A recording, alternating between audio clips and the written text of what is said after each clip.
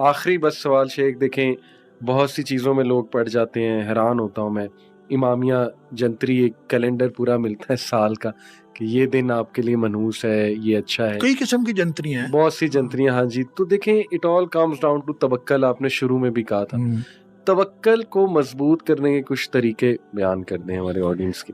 دنیا کی ہر چیز سے مایوس ہو جائیں اللہ، تو اللہ پر توکل کامل ہوتا ہے.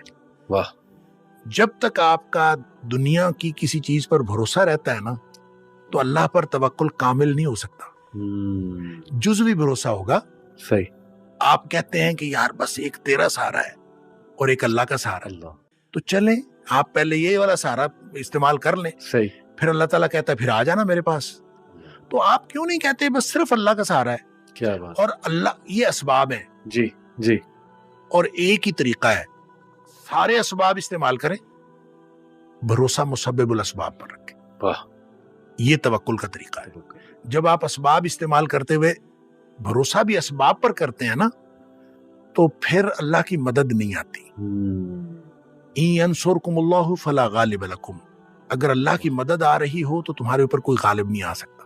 وَإِن يَخْذُلْكُمْ، اگر اللہ تمہیں چھوڑ جائے، فَمَنْ ذَا الَّذِي يَنصُرُكُم مِّن بَعْدِهِ، پھر دنیا میں کوئی مددگار نہیں ہو سکتا. وَعَلَى اللَّهِ فَلْيَتَوَكَّلِ الْمُؤْمِنُونَ، مومنوں کا بھروسہ صرف اللہ پر ہونا چاہیے. دیکھیں یہ قرآن نے جہاں کہیں توکل کی بات کی ہے نا وہاں پہ فَلْيَتَوَكَّلِ الْمُؤْمِنُونَ عَلَى اللَّهِ، یہ ہے فکرہ درست.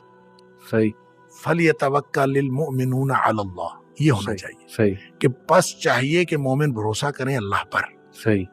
لیکن جہاں کہیں بات ہوئی ہے نا وہاں اللہ تعالیٰ نے یہ اسلوب اختیار فرمایا ہے وَعَلَى اللَّهِ فَلْيَتَوَكَّلِ الْمُؤْمِنُونَ. سٹریس اس بات پر ہے اللہ ہی پر بھروسہ کرنا. واہ، ٹھیک ہے. اگر آپ جزوی بھروسہ کریں گے تو پھر اللہ اس کے نتائج بھی جزوی نکلیں گے. صحیح. جب آپ کمپلیٹ بھروسہ کریں گے تو اس کے نتائج بھی کمپلیٹ نکلیں گے. لہٰذا دنیا والوں سے مایوس ہوتے جائیں ہوتے جائیں ہوتے جائیں.